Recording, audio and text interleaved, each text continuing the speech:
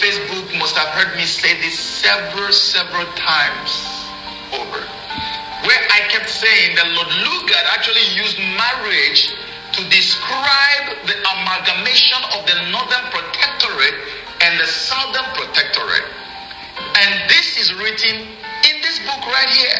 It says, but look, he was using his infamous decision of how a marriage between the rich wife of substance. So the southern part of Nigeria, south of Nigeria, which is what they finally carved out politically and started calling South-South, but actually all of us in the South are South people. Both the Southwest and Southeast and what they call South-South, we are all South. What he's saying here is that the rich wife of substance, of substance and means is the South. And the poor husband, in other words, the North has been programmed to be the husband. A poor wretched North is programmed to be the husband of a richer, more buoyant wife, which is the South. In other words, the woman, which is the South, must forever stay subservient to the poor husband who brings nothing to the table. This was the description of Lord Lugard way back in. Okay, before we proceed to the message of the day, which the title is Kano's prophecy have been approved. Nigeria have been marked for destruction. Who approved Kano's prophecy? It is being approved by the congressmen and also the Knesset, Knesset Parliament, which is the Israel Parliament. All of them don't come together now. In fact, in one hall where they are having the meeting, Mazi Nnamdi Kano's tapes upon tapes upon tapes upon tapes was played. Let me tell you that this summit took over a month and 2 weeks before they were able to arrange a kind of putting all Mazi Nnamdi Kano's prophecy together and be playing it one after the other to the parliamentarians. And when they had all these things, do you know their conclusion? They have raised a resolution and said, Nigeria have been marked for destruction from the Knesset parliamentarians, from the US congressmen. And that is where they sit in one accord. They agreed that Mazi Nnamdi Kano's prophecy have been approved. Yes. They don't have, we don't need them to approve Mazi Nnamdi Kano's prophecy. So please don't get it twisted. We don't need them to even agree whether Nigeria is marked for destruction. The fact of the matter is that even the gods of the land is against Nigeria, because Nigeria as a country is a crime against humanity. You know it and I know it. So let us stop gaslighting ourselves, or let us stop playing a hide and seek game that they are doing. They know what they are doing. Nigeria have already been sold, just like as I said in one of the videos I published some couple of days ago. Nigeria was sold to terrorists, international terrorists. They have already seen Nigeria as the basin for where they will stay to be launching attacks in different countries, just like they have headquarters in Iran. Nigeria is another headquarter.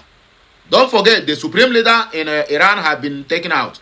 Now remain the supreme leader of Nigeria, which is Ahmed Sheikh Gumi, and his assistant, which is Sultan of Sokoto. But let me allow you to see this message from our brother, the excellent media, and also in conjunction with the Mazi J.C. Okechukwu, who is always top-notch in analyzing the issue of Biafra, the issue of Lord Lugard, the issue of amalgamation, and every other thing that got to do with this, our ideology. I want to also make this special announcement to YouTube, to Robert, to anyone that who cares to listen, that whatever background music you heard from this video is not my making. In other words, let me state categorically, I have no right to the copyright of it. So please disregard it and focus on the message. Please enjoy the rest of this news. There shall also be room for interjection if the need arises. In other words, we are here to serve you better. Please endeavor to like, share, comment, and subscribe. Enjoy the rest of this news. And thanks in advance for watching. Let's go there. Can you believe that in 2019, this same description of Lord Lugard played out at the Royal Edinburgh Military tattoo. You don't believe me, right? I want us to go to the video right now so I can explain to you what happened. So let's go to where the military had performed and performed so well. And their performance was amazing, like I said when I began. There was something that happened. Suddenly they formed a square, like a fence. And all the ethnic groups in Nigeria jumped into that fence, protected by the military or shielded by the military, and they began to perform. And the performance that took place there is marriage. Let us find out who is getting married here, because the video was shot from a distance. I don't know whether it's on purpose. There's no other official video other than this particular video shot with a cell phone. I don't know why. But now I'm going to tell you what marriage actually took place inside this video. Watch very well. You will notice that the guy is announcing and he says a marriage is taking place. As he announces it, he said the father of the groom now, he said he called it the father of the bride. But it's actually the father of the groom that went to go and give money to the bride, to the bride. So the cola he gave to the bride went to go and give it to her own father. So when the bride gave the cola to the father, I want you to watch what happened. I'm following it right now. I'm going to explain to you as it's happening. The bride gives the cola to the father. Then the father accepts the cola, and then the father of the groom suddenly meets with the father of the bride. You can see the two of them there. They have met, and so they are happy. So he's accepted for his daughter to go to them in marriage. So the father of the groom and the daughter that they want to marry have now come together with the mother of the groom, and suddenly the father of the groom joins the hand of the groom and the bride together, and that means marriage has taken place. But I want you to go back a little bit, because I don't want us to miss anything. Go back. I'm trying to take this back so that you can see when they have joined the two hands together. I want you to watch the person that the woman just got married to. You can see the woman just got married to a Fulani Aboki. This lady you see here is not an Igbo lady. This is a South woman, what they call South. This is our Niger Delta sister, which is what the colonials regard as the South, the rich South, woman of substance and means. Can you see that for yourself? That's why she is decked in some sort of royal apparel. She is decked as a very rich woman of substance. But look at the man she got married to. It is a Fulani man with his stick and his cap. It's not just Hausa, it's a complete Fulani man. That my southern Niger Delta woman, rich with oil. So it is saying that the oil of the woman belongs to the man who has nothing but stick and cows. Exactly the same way that Lord Lugard explained it way back. The message is still coming, so please hold on while we play the ads finish. As soon as they leave, the Igbo people are brought forward to come and celebrate the marriage. And this is what Igbos are doing in Nigeria today. Where they have gone to do all the game, Igbos come and do the mountain, the noise making and dance around and do all the colorful celebration. They have nothing, no share. The marriage was between who? Between the South and the Fulani. Not even Niger, not even Middle Belt, not even the other traditional Hausa people. It is the Fulani, and they made it so clear for you to see. Now, as the video is coming to, you can see the other day, you see some other tribes that are behind. As the video is coming to an end, I want you to see where the Yorubas are beating the drums and urging the party to go on. The Yorubas are the ones beating the drums. Igbos are dancing, Yorubas are beating the drums. But the people who really got married are South and Fulani. The next thing that you need to understand that just happened here is, why is it that all the ethnic groups in Nigeria came into a shield and military is the only shield they had protecting them? Can we go back to history again and see whether there's a place we can relate this to? So in this book by A.H.M. Green, I want to read you something that will shock you that you may never have heard. we are moving forward. But I got to fast forward this message if the need arises because of the background music is getting too many. And I don't want them to kind of copyright this video. It is very, very bad for, it is very bad image for my channel.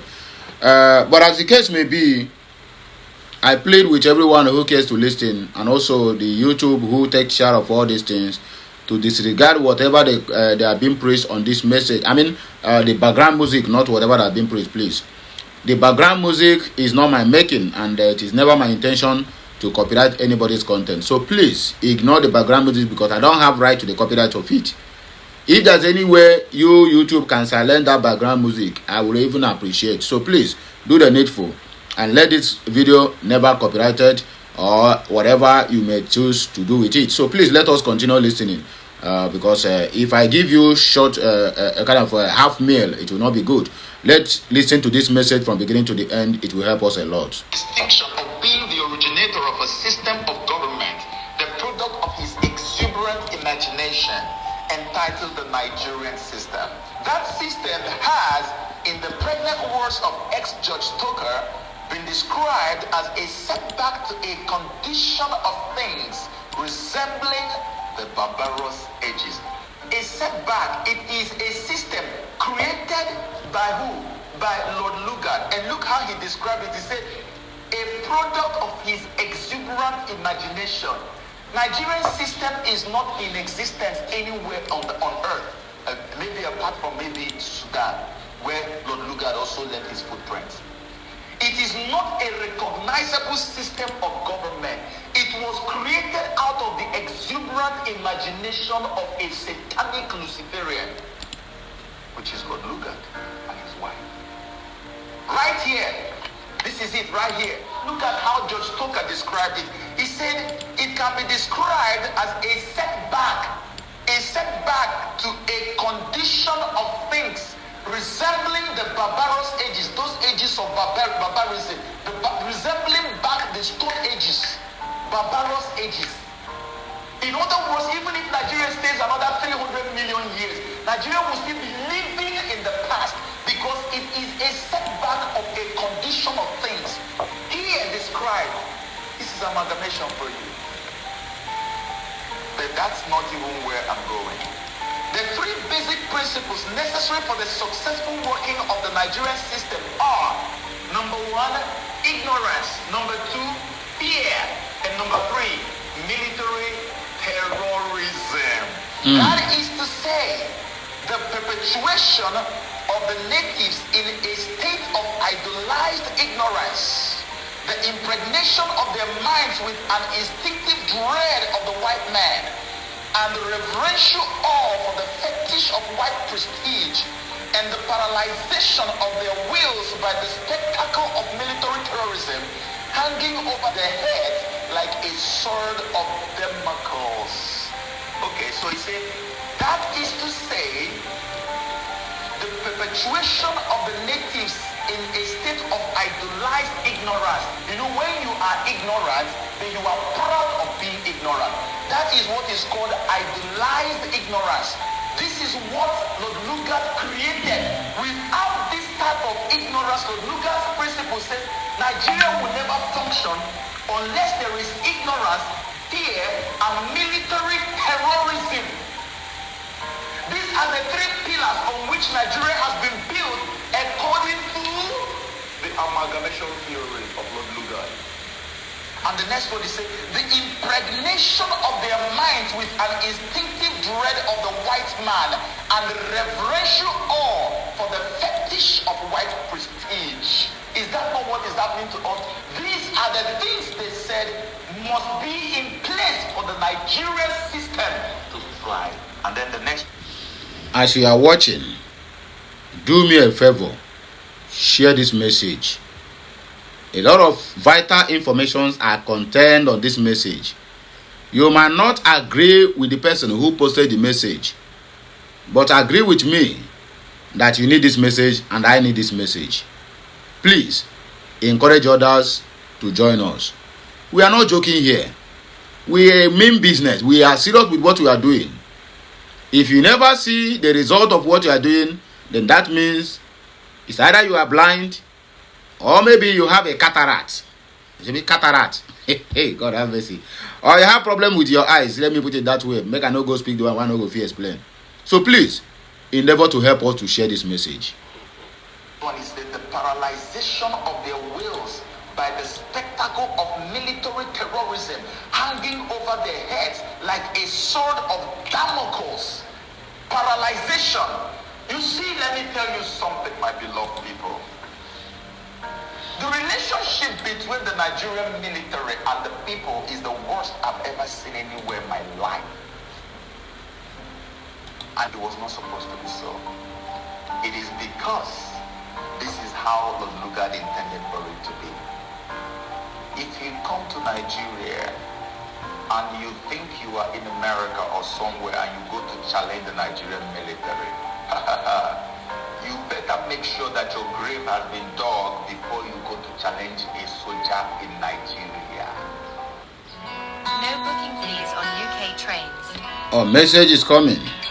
Please hold on. You cannot bear. There is so much big wide gap between the civilian, the society, and the soldiers. And it's not meant to be so. That's why the society does not care for our soldiers. When our soldiers die, rather than feel pity for them, our people watch them in video and say, yes, good for you, good for you. Their children are suffering in the barracks, some of them. And the society should be raising money all the time to support these people, to help these people. The society doesn't get. If a soldier gets wounded on the street or is about to die, people will pray for death to take him faster rather than go to help that soldier in Nigeria. Is this supposed to be so? It's not supposed to be so. I have a video here. I don't know which country this happened, but this is somewhere in Southern America, where you see these two young men insulting a soldier. They are not only insulting the soldier, they were throwing stones at the soldier. A Nigerian soldier watching this may not even want to watch it because it is so unheard of. Like they are throwing stones at an armed soldier who has bullets in his guns. And to prove he has bullets, to scare the guys away, the soldier turned on one angle and released one bullet in the opposite direction. The thing did not deter them. And they kept on throwing stones, hitting rock, even going straight and hitting the soldier, slapping the soldier. And some woman was on the side screaming and calling on them like they're about to be killed. And the soldier never did anything. I've never seen anything like this in my life. But this is how it is supposed to be. Not that soldiers should allow themselves to be attacked by civilians. But this is exactly how it's supposed to be. This same soldier who is doing this, if you find him where he's dealing with the enemy of state, you will be wondering, is this the same person who was so lenient with the civilians? Because the rules of engagement sounds different when you have to deal with civilians and when you have to deal with an enemy of state. But for us in Nigeria, the civilians are treated like the enemy of state. Our soldiers don't even like the fact that this is the situation on ground. But you see, you can blame the soldiers all you want, but let me tell you the truth. These same soldiers you see today, if the system that produced them should change tomorrow, these same soldiers will be the best set of human beings you've ever met in your life. These same soldiers will be the most humane you've ever met. I have so many soldier friends, even the top officials. Our soldiers are dealing with real family issues. When he removes that uniform, he faces his family. Now he thinks about school fees. He thinks about food for the family. He's no longer a soldier at that time. His wife is in front of him. His child is in front of him. At this point, the society should be taking care. That's why I was creating programs to see how we can help our soldiers. But you know, when I call people and say this is what I want to do for soldiers, the next minute they won't take my calls again. Nobody wants to be involved in anything that will help the soldiers in Nigeria because they see the soldiers as the number one enemy of the society. And the soldiers also look at the society when any little thing happens, boom, very high-handed. And so the disparity is wide. It is for a purpose. You know why? Because out of the three pillars that must make Nigerian system, the fraudulent Nigerian system to work, the first pillar is what? Ignorance. The second one is fear. The third one is what? Military terrorism. Terrorism here doesn't mean terrorism as in Boko Haram. Terrorism means like terrorizing, like the way you meet somebody and you say this man is terrorizing the woman. That is the type of thing they mean here. Military might. This is what he's talking about. Without the military, the Nigerian system will collapse. Without ignorance, the Nigerian system will collapse. Without fear, do you see how fearful Nigerians can be? It's all part of what Nigerian system was built on. The pillars right here for you. So let's go back to the video. What did you see in the video? All the ethnic groups came together, surrounded by who? Surrounded by a wall, a fence of the military. That is to show you that this ethnic group and this Nigerian of today, the Nigerians in the amalgamated union of today, that the only thing holding them together is what? Military, not constitution, not unionism, not agreement, no, military. And they showed it to you on a world stage for the whole world to see. They showed you the marriage, the amalgamation, how it happened. And they showed you what must keep it together. Military, surrounding people. You know, if you do a drama like that, you're not supposed to be showing marriage between one particular tribe and another minority tribe. No, you're supposed to show a handshake and an embrace to show that the whole people have agreed to come together and live as one. But Yoruba is placed at the back, beating the drum and urging the party to go on. Suddenly after the marriage, Igbo comes forward to come and dance and show everybody that, hey, it was a very beautiful event, wonderful, hey, which is still what each of these people do today in today's Nigeria. And Fulani man came and married oil. That's why you have Ruga. That's why at this time that they are showing you this. The Fulanis by British arrangement are the owners of Nigeria. The Fulanis are the ones that the British have elected to represent them. In another document, I also listed it, how that they said the Fulanis are the final race, the ones who must represent. So when you see a Fulani man, you are seeing the face of the colonial master. That's why the owners of oil and the owners of the land have now returned to take what belongs to them. And they even went as far as Scotland, Edinburgh, to go and show you that these are the owners of the oil. If Fulani married the oil, which is our rich daughter of substance and means, who else do you think owns the oil? That's why 80-something% of the oil well belongs to the house of Fulani. Of course, not true. And then by extension to the British. Not true. So you can see when you hear of Ruga and Fulani invasion, the Fulanis know why they are in Nigeria. The Fulanis know why they are in Nigeria, to take over Nigeria, including my Biafraland, including your Biafraland. But when we begin to pass this kind of information or messages, when you see our people now, they will call you names. They will even come to the comment section and tell you are a propagandist. You are a lie. One of our brother, they call him, rest in peace, Igwe. He is very promising young man of 25 years old. He was being unalived by all these infidels, uncircumcised Philistines, and they cut off his head. Nnamdi Kanu warned them. Simon Ekpa warned them. Ngoto Rabeze now still warning them. Stop joining Nigerian army. They are using you people for sacrifice to please the Fulanis.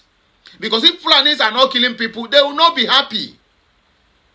If they are not killing military, if they are not beheading them, if they are not doing the pictures, the videos and showing it online, they will not be happy. The Nigerian government, instead of to stop the banditry, to stop the terrorism, all they need to do is to be arranging our innocent, able-bodied youth that is going to defend our land tomorrow and be giving it to the Fulanis to be buying one by one. One of our brother, he died this morning. I saw about 8 good heads. God of mercy. They cut everything off. It is well, my people, please. I cannot continue. I'm becoming emotional. I cannot continue. Fulani owns Nigeria, including your Biafra territory. When I bring the news now, you people will come and open your dirty mouth and begin to talk anyhow. You lie. No worry. He will meet you soon. Just don't worry. Nothing will happen, right? Nothing will happen. But he will meet you soon. For me, my brother, I'm exempted. you can never count me join. You can't even see me around that area. If I decide to stay here all my life, my brother, ahoy. But you that is living in Nigeria, and when I bring the news about what is happening in Biafraland, you will come to comment section to attack me. No problem, I give you thumbs up. It is well. I beg share this message if you touch your heart. If you don't touch your heart, then forget about it. Catch you next.